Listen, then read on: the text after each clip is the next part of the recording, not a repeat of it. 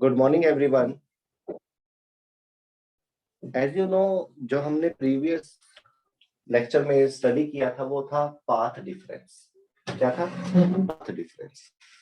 Path difference में क्या study किया था आपने? आपको पता है स्लिट S1 और S2 यहाँ से जो वेव पाथ कवर करती है, देखो S1P के लिए थोड़ा कम करना पड़ रहा है और S2P के लिए थोड़ा ज्यादा पाथ कवर करना पड़ रहा है। तो हमने इनका एक डिफरेंस लिया था और वो डिफरेंस क्या आया था हमारे पास? y small d upon capital D. And small d is what? The difference in between slit S1 and S2. And you know very well this distance d is in millimeter. बहुत ज्यादा कम लेना होता है। और जो ये कैपिटल डी है ये क्या था? The distance between slit and screen. और ये आपका किस में होता था? मीटर में। ठीक है, उसके बाद आपने डेरिवेशन करा था। उस डेरिवेशन में आपने क्या दिया था? बाई डी अपॉन डी आपने लिया। लेकिन ये था क्या? ये था हमारे पास पाथ डिफरेंस। क्या था? Path difference. Difference mean delta x. और डेल्टा एक्स क्या होता है? डेल्टा एक्स की वैल्यू 0 होती है कब? जब सेंट्रल ब्राइट फ्रिंज आती है। याद है क्या मतलब होता था इसका? कि S1P और S2P दोनों क्या हो? इक्वल हो। तब हमारा ये डेल्टा एक्स 0 आता था फॉर सेंट्रल ब्राइट फ्रिंज के लिए। सेंट्रल ब्राइट फ्रिंज के लिए, ठीक है। लेकिन इसके बाद हमने दो चीजें पढ़ी थी, जो ये पाथ डिफरेंस है और फेस डिफरेंस, दोनों से ही पढ़ा था। पाथ डिफरेंस से भी एंड फेस डिफरेंस से भी। और क्या पढ़ा था इसके अंदर आपने? सबसे पहले तो अगर लैम्डा होता है तो वो एक तरह से आपने 2 पाई के इक्वल, अगर आप उसको फेस में लेना चाहते हो तो 2 पाई के इक्वल आप उसको पुट करिए। किसको? लैम्डा को। और लैम्डा वाइज लेते हो तो पाथ डिफरेंस की बात करेंगे, एंगल वाइज लेते हो तो फेस की बात करेंगे। तो हमने दो चीजें पढ़ी थी, कंस्ट्रक्टिव एंड डिस्ट्रक्टिव। अब वही बात आ जाती है कि हमने कंडीशन पढ़ी थी कंस्ट्रक्टिव और डिस्ट्रक्टिव फ्रिंज की, ठीक है। अब हम वही चीज यहाँ पर अप्लाई करके उसके लिए फार्मूला निकालेंगे कि सेंटर से कितने डिस्टेंस पर कौन सी ब्राइट, कौन सी डार्क और कैसी फ्रिंजेस था। तो ये जो आपके पास रिलेशन था y d upon D is equal to S2 minus S1P, यहाँ पर डेल्टा एक्स आप S2P माइनस S1P को क्या लिख सकते हो? Delta x which is equal to y d upon capital D. What about delta x? For constructive, delta x is equal to n lambda. N is 0, 1, 2, 3, 4, 5, ठीक है। इस तरह से आप 1, 2, 3, 4, 5 से इसको मल्टीप्लाई करिए। लैम्डा का डिफरेंस रहेगा पाथ डिफरेंस, और जो आपको क्या देगा? इस तरह से इस रिलेशन। तो क्रॉस मल्टीप्लाई करके y इज इक्वल टू क्या हो जाएगा? n lambda capital D upon small. तो ये रिलेशन नोट कर लीजिए, ये किसके लिए? ब्राइट के लिए। तो y फोटो में क्या लिख दीजिए? b stand for bright fringe, n lambda d by d। इसी तरह से डिस्ट्रक्टिव फ्रिंज के लिए we know that path difference having formula by d upon d. Now the delta x for destructive dark fringe के लिए minimum के लिए क्या लेंगे? 2n minus 1 lambda by 2n minus 1 lambda d by 2d. Sorry, small lambda is थोड़ा सा difference कितनी है? ये देखिए, यहाँ पर क्या था? लैम्डा डी बाई डी, ठीक है। यहाँ पर क्या आएगा? 2n minus 1 upon 2। ये ओड होता है, odd multiple of lambda D by, ठीक है। तो यहाँ पर आपने लिया था इसको, सॉरी पूरा नहीं लेना ये अभी, इसको खत्म करिए। 2n minus 1 क्या था डिस्ट्रक्टिव के लिए? जैसे इसके लिए n लैम्डा, n लिया था आपने, n लैम्डा पाथ डिफरेंस क्या था, delta x is equal to N lambda for bright, इसलिए delta x is equal to क्या होता है डिस्ट्रक्टिव के लिए 2n minus 1 lambda, lambda by 2, 2 भी तो आता है 2 का होता है 2n माइनस 1, यस ये था path difference. So you have to put here delta x value 2n minus 1 lambda by 2, which is equal to yd by d, ठीक है।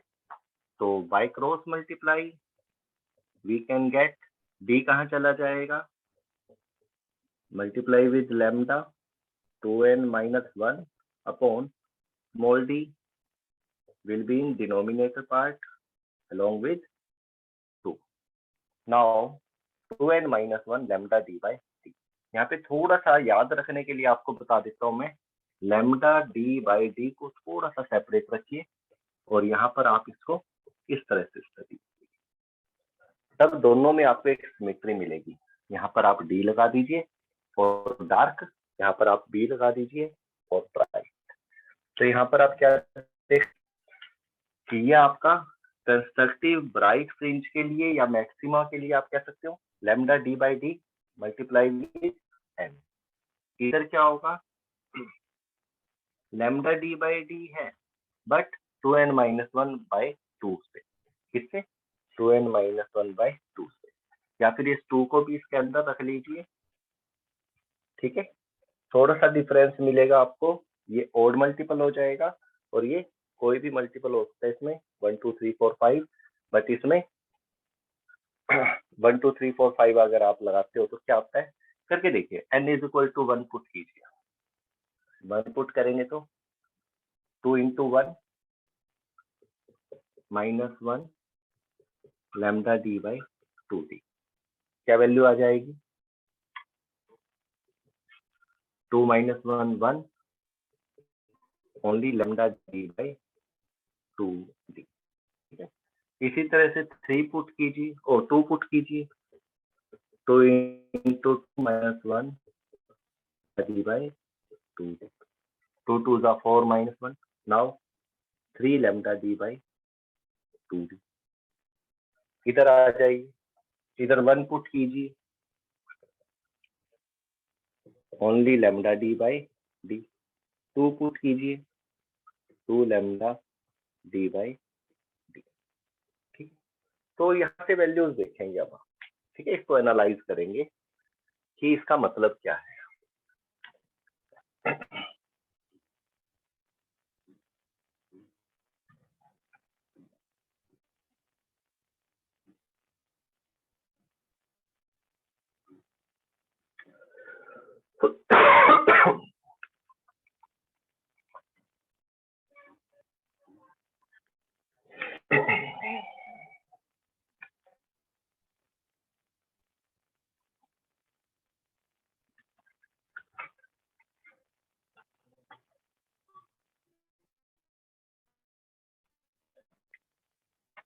वाई बी वन क्या है आपके पास, lambda D by D, Y B two क्या आया second bright fringe 2 lambda D by D, okay.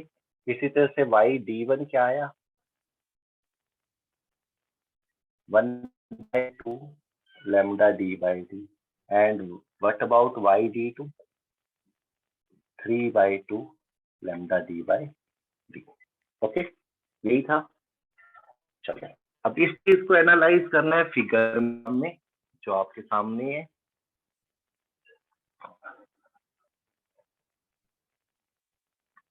यहाँ पर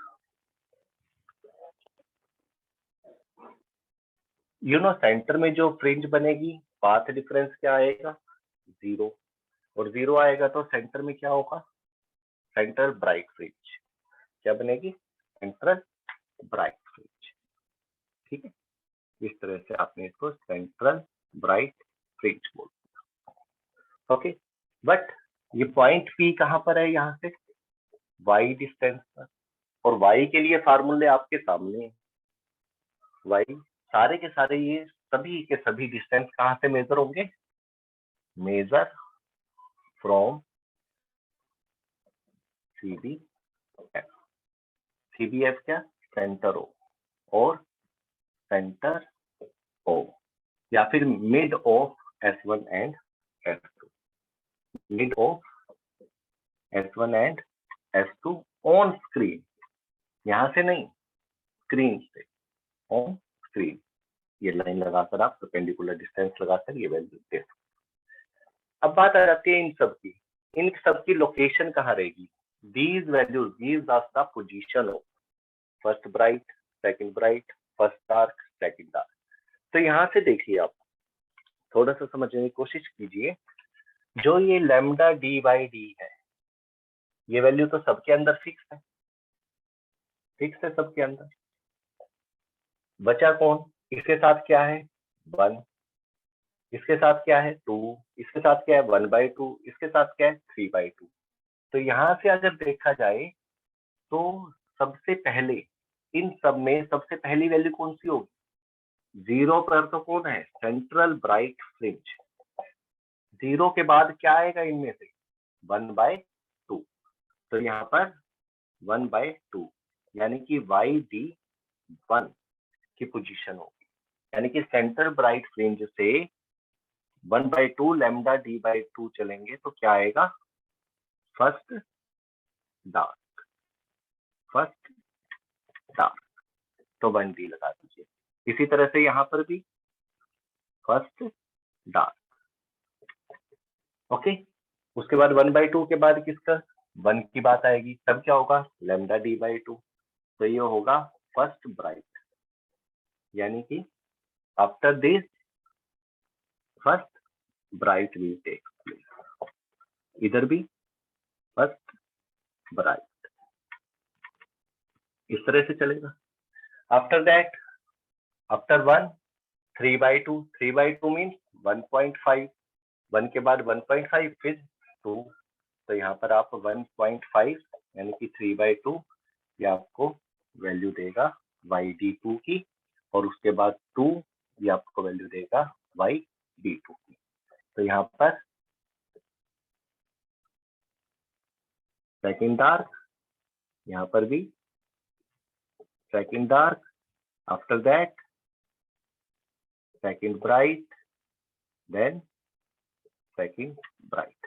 इन दिस वे आपको एक पैटर्न मिलेगा। लेकिन यहाँ पर आपने एक चीज देखी होगी, यहाँ पर जो मैंने सेंट्रल ब्राइट फ्रिंज की इंटेंसिटी या एम्पलीट्यूड लिया है वो ज्यादा लिया है, और बाद में कम करते चले गए इसकी इंटेंसिटी और एम्पलीट्यूड को लेकर। इसके लिए भी आपको फार्मूला बताया जाएगा। इंटेंसिटी और amplitude goes on decreasing while moving away from the center, while moving away from O। ठीक है, O से अगर आप दूर जाते जाओगे, भले अप और डाउन कहीं भी चले जाइए, तो ये आपके एम्पलीट्यूड और इंटेंसिटी में कमी आनी शुरू हो जाएगी। इसके लिए भी फार्मूला आपको बताया जाएगा। अभी ये चीज आपको समझ में आई कि सबसे पहले सेंटर ब्राइट फ्रिंज, उसके बाद फर्स्ट डार्क, उसके बाद फर्स्ट ब्राइट, फिर सेकंड डार्क, फिर सेकंड ब्राइट। इस तरह से आपकी ये वैल्यूज चले। अब बात आ जाती है फ्रिंज विड्थ की, जो इस चैप्टर का एक्सप्रेशन आपको ड्राइव करना था। फ्रिंज विड्थ, फ्रिंज विड्थ कैसे लेंगे? सबसे अच्छी बात है, यहाँ से डायग्राम से देखिए, सेंटर कहाँ पर है? डेल्टा एक्स 0 है। फर्स्ट ब्राइट कहाँ पर होगी? डेल्टा एक्स जहां पर लैम्डा होगा। सेकंड ब्राइट कहाँ पर होगी? Whenever delta x is equal to 2 lambda. यही है, सबकी वैल्यू पता है आपको डेल्टा एक्स की, नो इशू। तो यहाँ से देखिए, सेंट्रल ब्राइट से फर्स्ट ब्राइट का डिस्टेंस कितना है? सेंट्रल ब्राइट से फर्स्ट ब्राइट का डिस्टेंस y की वैल्यू ले सकते हो, ये रहा first bright lambda d/d। Second bright कितना दूर है? सेकंड ब्राइट आपकी 2 लैम्डा d/d। यहाँ पर देखिए, first bright lambda d/d, second bright कहाँ पर 2 lambda D by T.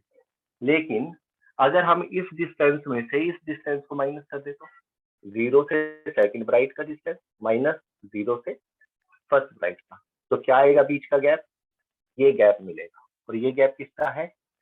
Second dark fringe का, सेकंड डार्क फ्रिंज का।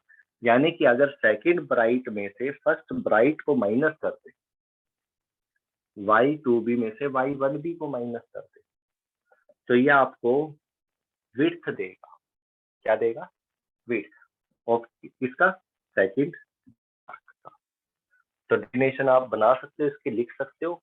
इसी तरह से दो डार्क हो जाए तो 1D और 2D के बीच में क्या है? First bright.